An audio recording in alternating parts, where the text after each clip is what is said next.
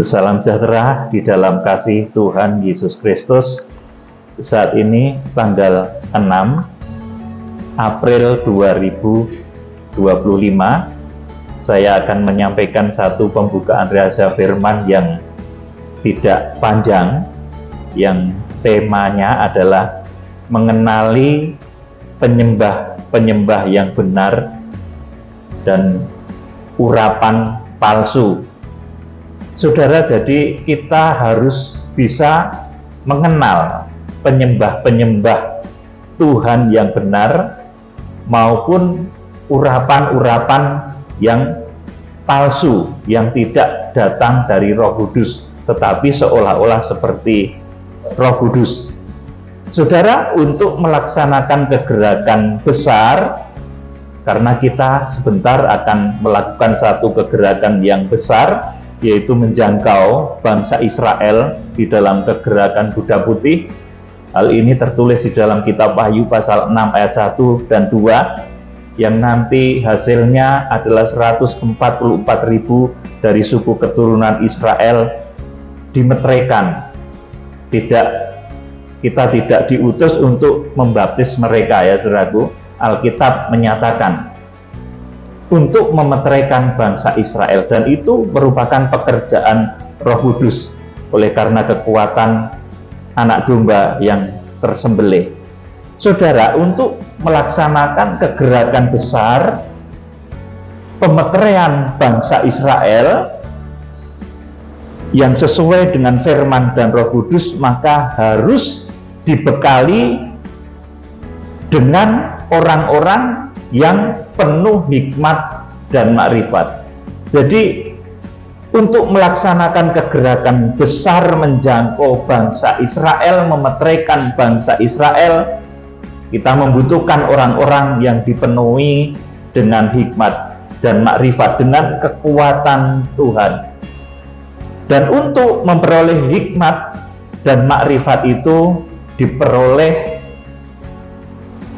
oleh orang-orang yang menyembah Tuhan dengan benar. Jadi lewat penyembahan yang benar, maka kuasa Tuhan, kekuatan Tuhan, hikmat dan makrifat itu akan dicurahkan. Dan hikmat dan makrifat itu diperoleh oleh orang-orang yang menyembah Tuhan dengan benar.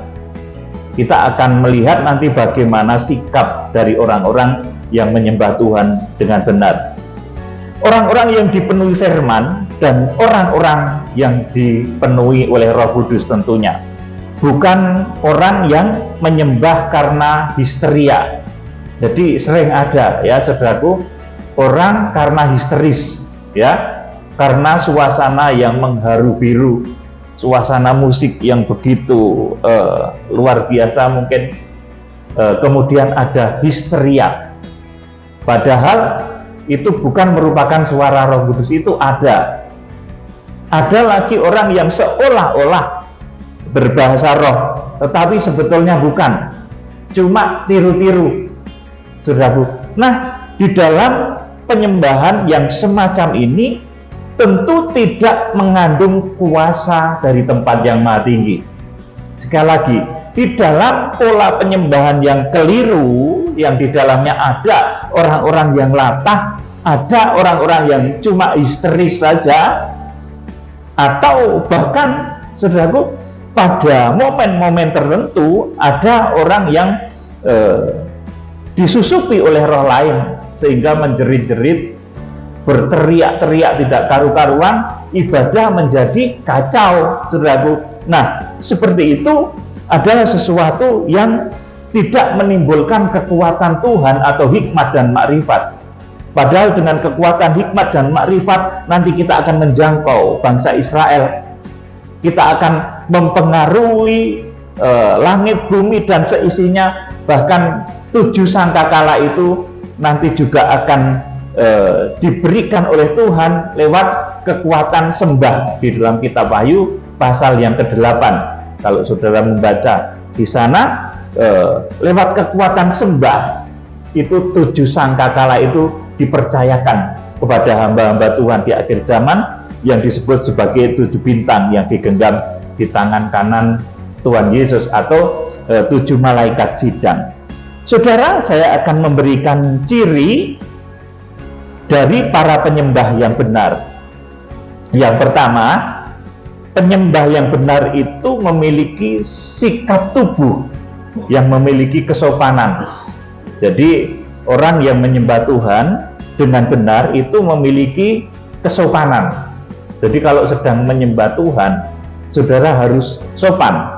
Ingat saudara, ketika kita menyembah Tuhan, itu kita berada di depan tahta Raja Maha Besar. Kita sedang berada di depan tahta Raja di atas segala raja. Kalau saudara di depan presiden saja tingkahnya dijaga, saudara di depan raja juga tingkahnya dijaga. Maka ketika kita menyembah kepada Tuhan, saudara mengaku, saudara merasa dipenuhi oleh Roh Kudus, maka saudara hendaknya berkaca, apakah saudara itu sudah pantas seperti orang yang sedang menghadap Raja Maha Besar, ataukah sikap saudara ini cukup urakan di depan Raja Maha Besar, malah sikapnya tidak sopan, pating jelerit, berteriak-teriak tidak karu-karuan. Saudara yang dikasihi Tuhan, jadi sikap tubuh dari orang yang menyembah Tuhan dengan benar itu memiliki kesopanan. Jadi orang yang menyembah Tuhan itu dia sedang menghadap Raja Maha Besar, Raja di atas segala raja, di depan tahta Maha Kudus. Maka sekali lagi, bercerminlah bagaimana dengan sikapmu selama ini. Apakah saudara sedang berada di depan tahta Maha Kudus itu saudara tidak sopan? Saudara melakukan sesuatu yang kacau, sesuatu yang tidak pantas? Saudaraku, orang yang menghadap tahta Raja Maha Besar itu harus memiliki kesopanan. Sekali lagi, ingat, saat kita menyembah, kita itu menghadap tahta Raja di atas segala raja, di depan tahta Maha Kudus. Bercerminlah, selama ini penyembahanmu itu sudah bagaimana? Apa saudara itu sopan di hadirat Tuhan? Oh, di hadirat Tuhan kok malah bentak-bentak, saudaraku. Kadang ada orang berdoa meminta sesuatu pada Tuhan itu malah bentak-bentak. Tuhan, berikan aku berkat dalam nama Tuhan Yesus. Tuhan dibentak-bentak begitu. Saudaraku, kalau saudara menengking kuasa kegelapan boleh begitu, saudaraku. Tetapi kalau saudara sedang meminta pada Tuhan, ya jangan bentak-bentak. Saudara meminta sama bos saja, kalau gaya bahasamu itu bentak-bentak begitu, saudara pasti nggak akan dikasih. Saudara, jadi kita harus bercermin saat ini. Selama ini penyembahanmu, doa-doamu, ketika engkau menyembah, engkau menghadap Tuhan itu, apakah sudah mencerminkan seseorang yang sedang menghadap Raja Maha Besar atau tidak? Saudara melakukan sesuatu yang pantas atau tidak di depan tahta yang Maha Besar itu? Saudara sopan atau tidak, atau saudara malah kacau, berbahasa yang tidak jelas? Saudaraku, padahal bahasa roh itu sesuatu yang sangat kudus, sesuatu yang sangat jelas, sangat kudus, dan itu luar biasa juga. Saya tidak melarang saudara berbahasa roh, tapi kalau sudah berbahasa roh itu berbahasa roh lah yang benar. Jangan karena tiru-tiru. Bahasa roh tiru-tiru, saudaraku, tidak benar, saudaraku, karena kita mengucapkan bahasa roh itu menurut apa yang diajarkan roh itu untuk kita ucapkan. Firman Tuhan menyatakan seperti itu. Saudara, jadi ketika kita berada di dalam posisi sembah, kita itu sedang menghadap tahta Raja di atas segala raja, tahta ruang Maha Kudus, tahta Maha Kudus. Kita harus memiliki kesopanan. Ini yang pertama. Jadi tidak boleh kita sembahyang tetapi tidak sopan, sikapnya tidak sopan. Saudara berada di depan raja saja harus sopan, saudaraku. Kemudian yang kedua, ini sikap hati. Kalau pertama tadi sikap tubuh, yang kedua sikap hati. Orang yang menyembah Tuhan dengan benar akan memiliki kerendahan hati, tidak sombong rohani, tidak menjustifikasi orang lain itu lebih rendah. Saudaraku, ini orang yang menyembah Tuhan. Karena orang yang menyembah Tuhan itu dia sudah menyatakan diri bahwa Tuhan itu agung, Tuhan itu luar biasa, Tuhan itu di atas segalanya. Kita tidak boleh merendahkan orang lain. Oleh karena itu ketika menyembah, sebaiknya kita itu dalam posisi bersujud, saudaraku, baik di kursi saudara masing-masing, atau mungkin kalau dalam suasana yang lebih kusyuk lagi, saudara bisa bersujud betul di lantai dimanapun saudara berada, penuh Roh Kudus, saudara bersujud saja. Ini orang yang menyembah itu jangan memiliki perasaan sombong rohani, merasa diri lebih tinggi, merasa diri tidak pernah salah, tidak pernah mau ditegur kalau keliru, saudaraku. Itu bukan sikap penyembah yang benar, saudaraku. Nanti saya akan sampaikan satu pembukaan rahasia firman. Ada beberapa tokoh yang dikenal di dalam Alkitab, mereka tokoh-tokoh besar tetapi memiliki karakter yang tidak betul di dalam menyembah Tuhan. Kemudian yang ketiga, orang-orang yang menyembah Tuhan itu juga akan memiliki buah-buah roh yang nyata dalam hidupnya. Jadi bukan hanya khayalan, saudaraku, buah-buah roh yang nyata di dalam hidupnya. Bisa memberkati, bisa memberi, saudaraku, bisa membawa kepada sukacita. Kita akan membaca Yohanes pasal 4 ayat 20 sampai 24. Ini kisah ketika Tuhan Yesus Kristus bertemu dengan perempuan Samaria di perigi Yakub, ya, perempuan Samaria. Jadi Tuhan Yesus dari suku Yehuda, orang Yahudi, bertemu dengan orang Samaria. Samaria itu juga Israel, tapi Israel Utara. Tetapi keduanya dipisahkan oleh adat istiadat sehingga tidak boleh saling berinteraksi. Tetapi waktu itu Tuhan Yesus bertemu dengan perempuan Samaria. Dibaca Yohanes pasal 4 ayat 20 sampai 24. Nenek moyang kami menyembah di atas gunung ini, tetapi kamu katakan bahwa Yerusalemlah tempat orang menyembah. Kata Yesus kepadanya, terus, percayalah kepadaku, hai perempuan, saatnya akan tiba bahwa kamu akan menyembah Bapa bukan di gunung ini dan bukan juga di Yerusalem. Ya. Kamu menyembah apa yang tidak kamu kenal, kami menyembah apa yang kami kenal, sebab keselamatan datang dari bangsa Yahudi. Amin. Ini saya tegaskan lagi, keselamatan datang dari bangsa Yahudi. Saudaraku, kemudian ke Samaria, kemudian ke seluruh ujung bumi. Nah, di dalam kegerakan kuda putih, maka keselamatan itu akan kembali menjangkau bangsa Israel, Samaria, kemudian Yudea. Saudaraku, bangsa Israel akan kita menangkan kembali, akan kita gendong supaya mereka dimeteraikan di akhir zaman. Itulah tujuan dari kegerakan kuda putih, di mana Mei nanti kita akan mengadakan satu kegerakan untuk menyatunya Zaitun liar.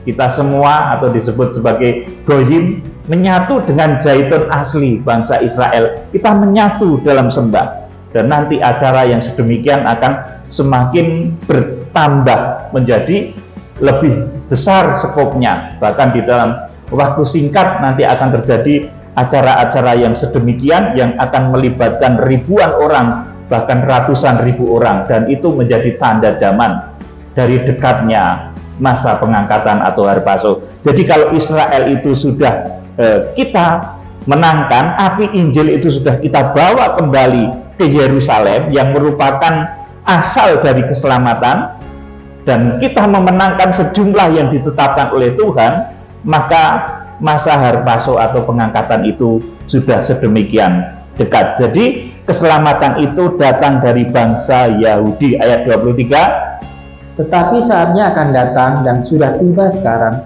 bahwa penyembah-penyembah benar akan menyembah Bapa dalam roh dan kebenaran, sebab Bapa menghendaki penyembah-penyembah demikian. Allah itu roh, dan barang siapa menyembah dia, harus menyembahnya dalam roh dan kebenaran. Ya, amin. Jadi orang yang menyembah Allah, menyembah Tuhan, itu harus menyembah di dalam roh dan kebenaran. Artinya orang itu harus dipenuhi Roh Kudus, dan kalau orang itu dipenuhi oleh Roh Kudus, maka standarnya adalah kebenaran firman Tuhan. Kalau firman Tuhan katakan orang yang penuh Roh Kudus itu harus sopan, ya sopan. Saudaraku, tidak boleh malah saat penyembahan suasananya menjadi kacau, berteriak-teriak tidak karuan. Saudaraku, itu bukan orang yang menyembah Tuhan. Saudaraku, bisa orang yang pertama kali mungkin mengenal Tuhan, kemudian mengalami satu pertobatan, ada lonjakan kuasa daging yang terjadi, bisa juga, saudaraku. Tetapi itu bukan suasana orang yang menyembah. Nah, suasana orang yang menyembah itu berbeda. Dia memiliki suasana seperti orang yang sedang menghadap Raja Maha Besar. Kemudian suasana orang yang menyembah itu juga tercermin di dalam kitab Wahyu pasal 4 ayat 9 sampai 11. Dibaca Pak Nendra. Wahyu pasal 4 ayat 9 sampai 11. Wahyu 4 ayat 9 sampai 11. Dan setiap kali makhluk-makhluk itu mempersembahkan puji-pujian dan hormat dan ucapan syukur kepada Dia yang duduk di atas tahta itu dan yang hidup sampai selama-lamanya, maka tersungkurlah ke-24 tua-tua itu di hadapan Dia yang duduk di atas tahta itu, dan mereka menyembah Dia yang hidup sampai selama-lamanya. Terus, dan mereka melemparkan mahkotanya di hadapan tahta itu sambil berkata, "Ya Tuhan dan Allah kami, Engkau layak menerima puji-pujian dan hormat dan kuasa, sebab Engkau telah menciptakan segala sesuatu, dan oleh karena kehendak-Mu semuanya itu ada dan diciptakan." Amin. Di sini ada sesuatu ya yang saya akan sampaikan kepada saudara. Ini merupakan ciri yang mudah untuk diketahui. Orang yang menyembah Tuhan, dia dipenuhi oleh Roh Kudus, dia bersuasana surga. Maka puncaknya itu, saudaraku, membuat orang tersungkur.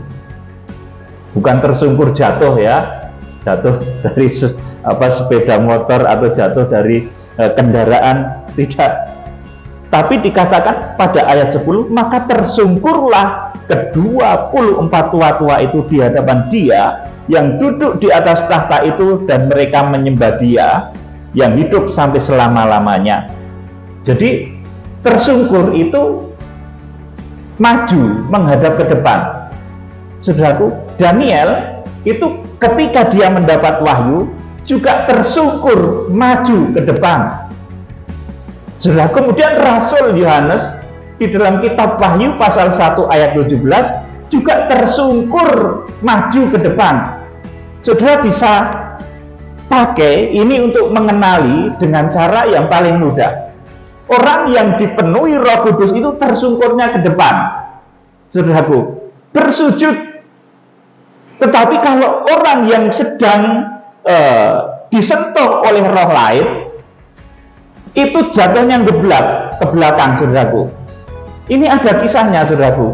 Saul setelah dia meminta petunjuk kepada pemanggil arwah di Endor, saudaraku, kemudian memanggil arwahnya Samuel, maka Saul kemudian geblak, saudaraku. Jadi interaksi dengan kuat kuasa kegelapan itu membuat seseorang jatuhnya ke belakang.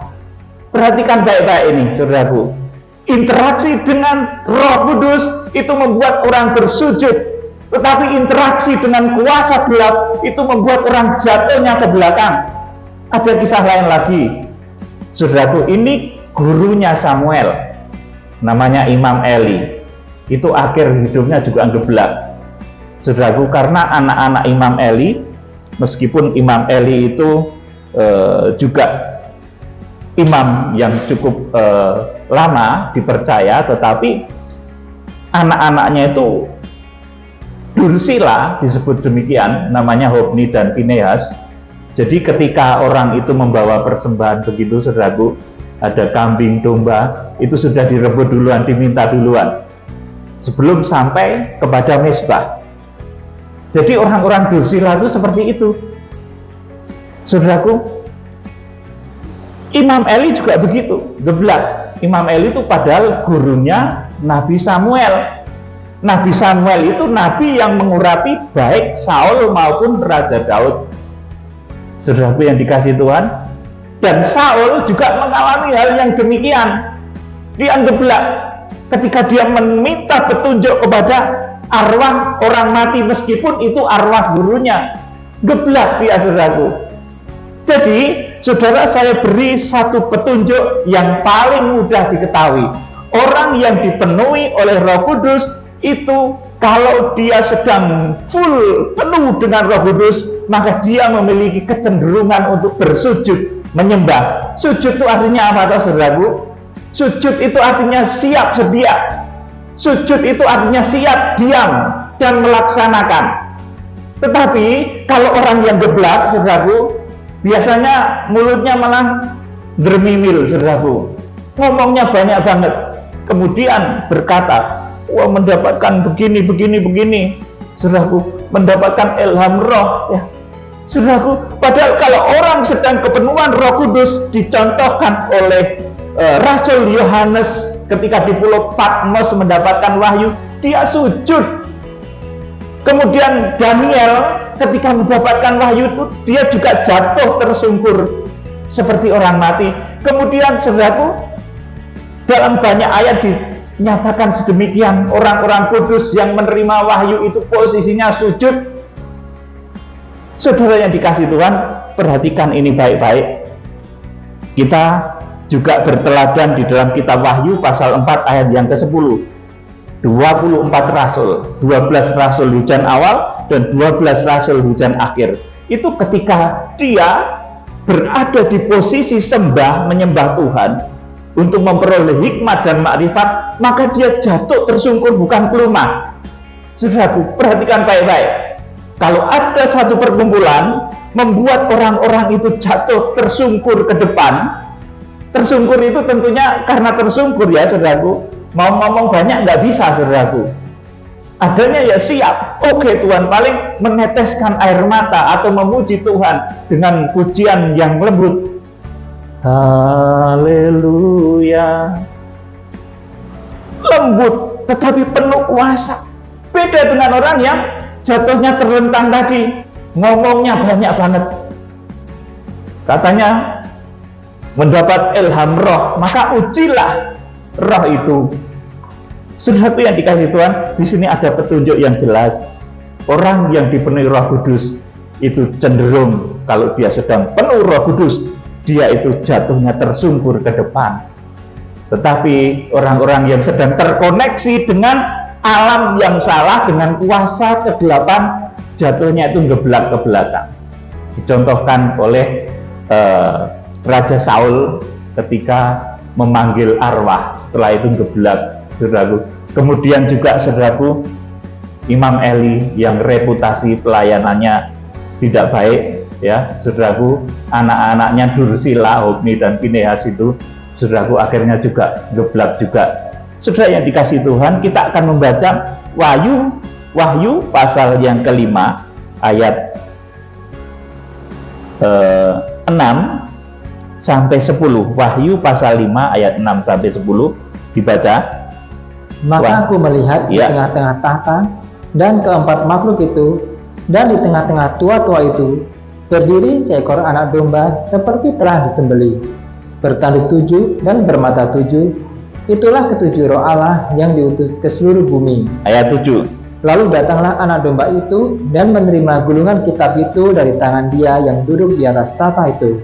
Terus, ketika ia mengambil gulungan kitab itu, tersungkurlah keempat makhluk dan ke-24 tua-tua itu di hadapan anak domba itu, masing-masing memegang satu kecapi dan satu cawan emas, penuh dengan kemenyan. Itulah doa orang-orang kudus. Iya, jadi ini 24 rasul pun ketika dia meneladankan posisi sembah, dia itu tersungkur, saudaraku. Bahkan para kerub itu juga tersungkur. bersujud di hadapan tahta yang maha besar, bukan malah cekakaran atau melantunkan kata-kata yang tidak pantas, saudaraku. Jadi sekarang ujilah, apakah kalau saudara sedang dipenuhi Roh Kudus dan katanya sedang menyembah Tuhan, saudara sopan di depan tahta Anak Domba, saudara sopan di depan mempelai pria surga. Saudara, di depan mempelai pria saja kalau saudara itu nggak sopan bisa ditapuk, saudara.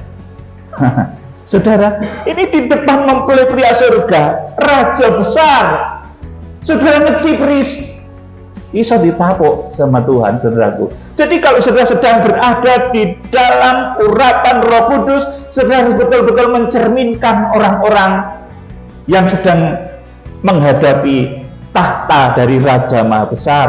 Saudara harus sopan, jangan ngecipris, saudaraku. Kalau saudara tidak dipimpin oleh Roh Kudus, ya jangan berkata sesuatu yang tidak tepat, kata-kata yang membuat gusar. Saudaraku yang dikasihi Tuhan, ayo dibaca lanjut tadi ya. Dan mereka menyanyikan suatu nyanyian baru, katanya, "Engkau layak menerima gulungan kitab itu dan membuka meterai-meterainya, karena engkau telah disembelih dan dengan darahmu engkau telah membeli mereka bagi Allah dari tiap-tiap suku dan bahasa dan kaum dan bangsa. Terus, dan engkau telah membuat mereka menjadi suatu kerajaan dan menjadi imam-imam bagi Allah kita, dan mereka akan memerintah sebagai raja di bumi." amin. Jadi sopan, sujud tersungkur, bukan tergeletak atau terlentang ya. Bahkan kan ada pujian, apabila ia jatuh tak sampai tergeletak, sebab Tuhan menopang tangannya. Orang yang sedang dalam urapan Roh Kudus itu kalau jatuh dia tersungkur, saudaraku. Kemudian sujud itu artinya juga hormat yang amat sangat mendalam. Sujud itu artinya juga siap dengan tidak banyak cakap. Lain dengan orang yang geblak. Yang geblak tadi malah dermimil nggak karu-karuan, ngecibris nggak karu-karuan, di depan mempelai pria surga yang ngecibris, saudaraku. Cerewetnya minta ampun, saudaraku. Apa kira-kira Tuhan Yesus suka melihat mempelai wanitanya itu cerewet begitu? Saudara, tentulah tidak begitu, saudaraku. Tuhan menghendaki sesuatu yang tertib. Kita akan melihat ketika Rasul Yohanes mendapat wahyu. Wahyu pasal 1 ayat 17. Posisi Rasul Yohanes. Wahyu 1 ayat 17. "Ketika aku melihat dia, tersungkurlah aku di depan kakinya, sama seperti orang yang mati. Tetapi ia meletakkan tangan kanannya di atasku dan berkata, 'Jangan takut, aku adalah yang awal dan yang akhir.'" Amin. Jadi Rasul Yohanes di sini dikatakan tersungkurlah aku di depan kakinya, sama seperti orang mati. Seperti orang mati. Ini di dalam bahasa aslinya ditulis sebagai hos nekros. Nekros itu orang mati, hos nekros itu seperti orang mati. Jadi Rasul Yohanes itu seperti orang mati. Bukan berarti ketika mendapatkan wahyu ini Rasul Yohanes itu mati. Tidak, saudaraku. Rasul Yohanes hidup. Sampai bahkan dia menuliskan pasal-pasal dan ayat-ayat yang selanjutnya dari kitab Wahyu. Jadi Rasul Yohanes itu hidup. Tetapi ketika dia menerima wahyu, ketika dia menyembah kemudian menerima wahyu, dia itu bersujud sampai bagaikan atau seolah-olah seperti orang mati. Hos nekros bahasanya itu. Seperti orang mati, bukan nekros saja tapi ada hosnya ya, ada awalannya. Jadi seperti orang mati. Ini Rasul Yohanes ketika mendapat wahyu bersujud. Jadi orang yang mendapat wahyu itu kebanyakan sujud. Ya saudaraku, bukan lumak. Ingat baik-baik ini. Ini jadi orang yang mendapat wahyu itu kebanyakan bersujud. Daniel pun demikian loh, saudaraku. Daniel 10 ayat 7 sampai 10. Dibaca Pak Nendra. Hanya aku, Daniel, melihat penglihatan itu. Tetapi orang-orang yang bersama-sama dengan aku tidak melihatnya. Terus? Tetapi mereka ditimpa oleh ketakutan yang besar, sehingga mereka lari bersembunyi. Demikianlah aku tinggal seorang diri. Terus? Ketika aku melihat penglihatan yang besar itu, hilanglah kekuatanku, aku menjadi pucat sama sekali, dan tidak ada lagi kekuatan padaku. 9. Lalu kudengar suara ucapannya, dan ketika aku mendengar suara ucapannya itu, jatuh pingsanlah aku tertelungkup dengan mukaku ke tanah. Amin. Jadi ketika Daniel ini mendapatkan pernyataan mengenai wahyu, mengenai akhir zaman, Nabi Daniel itu jatuh pingsan tertelungkup dengan mukanya sampai ke tanah. Saudaraku sedang sujud ngantek semaput. Saudaraku bukan sedang kelumah sampai semaput ya saudaraku, tapi sedang sujud karena dia lemah habis puasa lama. Saudaraku, jadi kalau saudara puasa lama tuh ya perbanyaklah bersujud, bukan perbanyaklah geletak. Saudaraku, perbanyaklah sembahyang, perbanyaklah bersujud, karena dari sana akan ada kekuatan hikmat dan makrifat yang mengalir. Ayat 10 ya. Tetapi ada suatu tangan menyentuh aku dan membuat aku bangun sambil bertumpu pada lutut dan tanganku. Amin. Jadi Nabi Daniel ketika mendapat wahyu juga posisinya sujud. Kemudian kita akan melihat ini sesuatu yang beda yang terjadi pada Saul. Jadi Saul itu bukan sujud tapi kelumah ketika mendapat pernyataan dari arwah orang mati. Samuel itu kelumah malahan, saudaraku. Kita akan lihat, saudaraku, semua itu ada ayatnya, saudaraku. Saya tidak membikin-bikin, ini ada ayatnya. Kalau orang yang dipenuhi Roh Kudus dapat wahyu itu posisinya sujud, tetapi ketika Saul mendapat petunjuk dari arwah orang mati, kelumah dia, saudaraku. Kita akan membaca 1 Samuel 28 ayat 13 sampai 20. 1 Samuel 28 ayat 13 sampai 20. Maka berbicaralah raja kepadanya, janganlah takut, tetapi apakah yang kau lihat? Perempuan itu menjawab Saul, aku melihat sesuatu yang ilahi muncul dari dalam bumi. Sesuatu yang ilahi muncul dari dalam bumi. Ilahinya ditulis kecil ya, saudaraku. Jadi ini bukan Tuhan. Terus kemudian bertanyalah ia kepada perempuan itu, bagaimana rupanya? Jawabnya, ada seorang tua muncul berselubungkan jubah. Maka tahulah Saul bahwa itulah Samuel. Lalu berlututlah ia dengan mukanya sampai ke tanah dan sujud menyembah. Ya, yang disembah itu bukan Tuhan, tetapi arwahnya Samuel. Saudaraku, ini sesuatu yang mirip-mirip benar tapi ternyata keliru. Bukan minta petunjuk pada Tuhan, tapi minta petunjuk pada Samuel, arwahnya Samuel. Terus 15. Sesudah itu berbicaralah Samuel kepada Saul, mengapa engkau mengganggu aku dengan memanggil aku muncul? Kata Saul, aku sangat dalam keadaan terjepit. Orang Filistin berperang melawan aku, dan Allah telah undur daripadaku. Ia tidak menjawab aku lagi, baik dengan perantara nabi maupun dengan mimpi. Sebab itu aku memanggil engkau, supaya engkau memberitahukan kepadaku apa yang harus kuperbuat. Amin. Ini ciri dari orang yang sudah kehilangan urapan. Dia akan mencari petunjuk kepada arwah.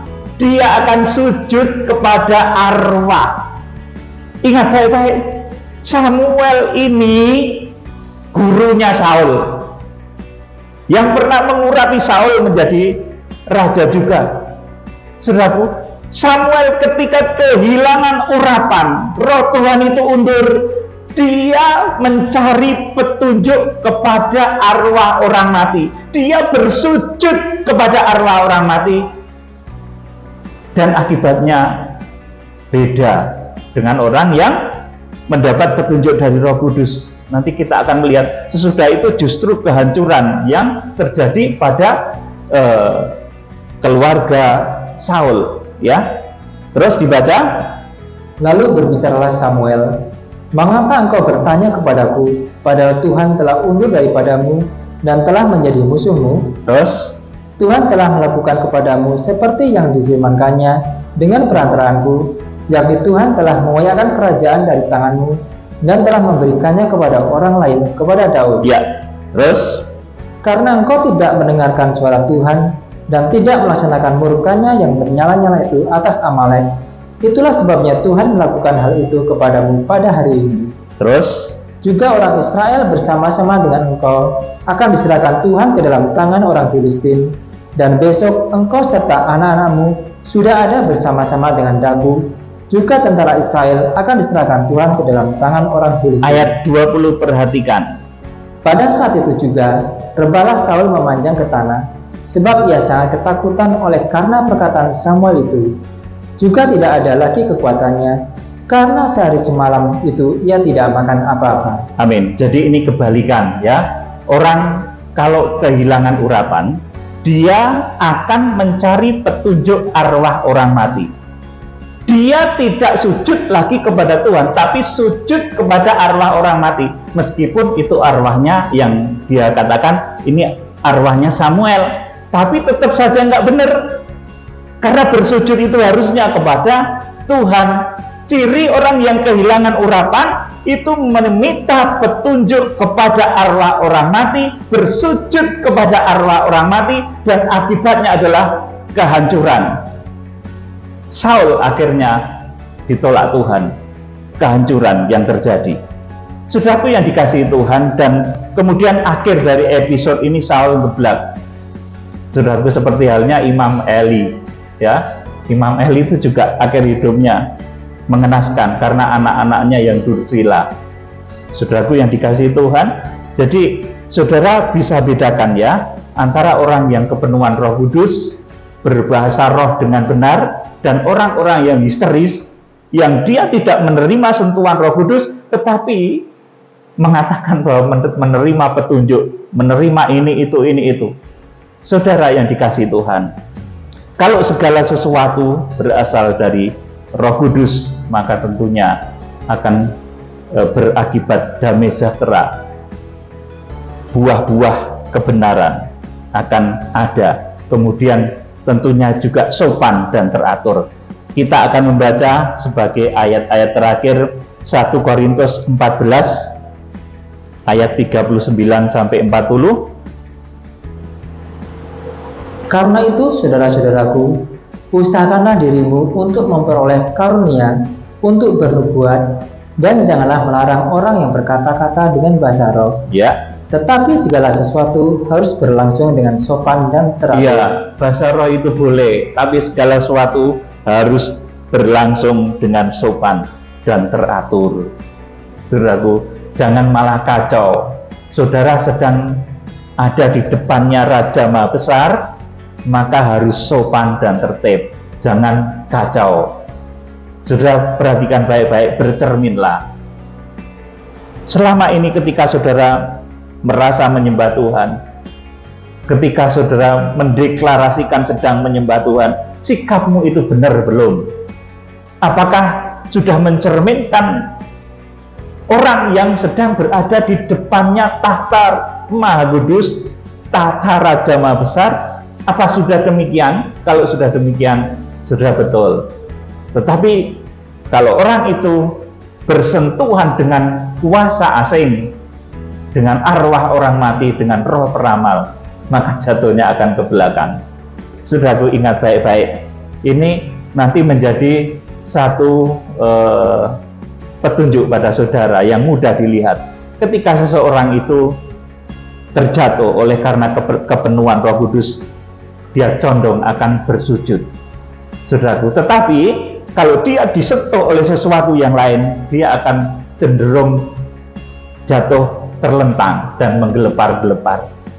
Saudaraku, ini sesuatu yang bisa menjadi sedikit tanda supaya saudara ngerti. Jadi kiranya saudara menjadi paham. Roma pasal 13 ayat 12 sampai 13 dibaca ayat terakhir. Roma 13 ayat 12 sampai 13. Hari sudah jauh malam, telah hampir siang. Sebab itu marilah kita menanggalkan perbuatan-perbuatan kegelapan dan mengenakan perlengkapan senjata terang. Ya, 13. Marilah kita hidup dengan sopan seperti pada siang hari, jangan dalam pesta pora dan kemabukan, jangan dalam percabulan dan hawa nafsu, jangan dalam perselisihan dan iri hati. Amin. Jadi Tuhan Yesus Kristus menghendaki para penyembah yang benar, orang-orang yang menyembah Dia di dalam kondisi yang tepat. Tuhan Yesus Kristus mempelai pria surga juga menghendaki mempelai wanitanya itu mempelai yang betul-betul sikapnya itu manis, ora kakean cerewet. Saudaraku, seorang laki-laki tentunya nggak seneng ya kalau melihat seorang wanita itu cerewet banget begitu, saudaraku. Tuhan pun begitu, saudaraku, terlalu cerewet. Kadang manusia itu banyak terlalu cerewet sehingga membuat justru tidak disentuh oleh Roh Kudus, tapi justru bersentuhan dengan kuasa-kuasa dari hal yang lain, dari kedagingan, dari kuasa kegelapan. Bahkan ketika dia bersinggungan dengan dunia orang mati, meminta petunjuk arwah, juga ekspresinya itu selalu begitu, saudaraku. Sudah bisa mencari pembanding di mana-mana. Kalau orang itu sedang kemasukan roh jahat, itu pelumah, saudara, kemana-mana begitu. Saudaraku, banyak begitu. Jarang orang kemasukan roh jahat itu kemudian sujud memuliakan Tuhan. Oh tidak, saudaraku. Kalau sujud memuliakan Tuhan itu orang yang penuh Roh Kudus, saudaraku, yang sedang dipenuhi oleh Roh Kudus. Para rasul, para nabi ketika mendapat wahyu itu dalam posisi bersujud. Rasul Yohanes, Nabi Daniel, semua dalam keadaan bersujud. Marilah kita berikan sembah sujud kita kepada Tuhan, dan kemudian puncak dari orang yang bisa menyembah Allah di dalam roh dan kebenaran. Menyembah itu artinya kan memuliakan. Nah, ketika seseorang itu bisa memuliakan Tuhan, maka dia akan bisa mewujudkan ucapan mulutnya itu di dalam tindakan yang namanya persembahan. Jadi orang yang bisa menyembah itu nanti akan bisa persembahan kemudian, karena dia pasti akan diberkati oleh Tuhan. Jadi demikian, kiranya Tuhan Yesus Kristus memberkati. Kita akan pujikan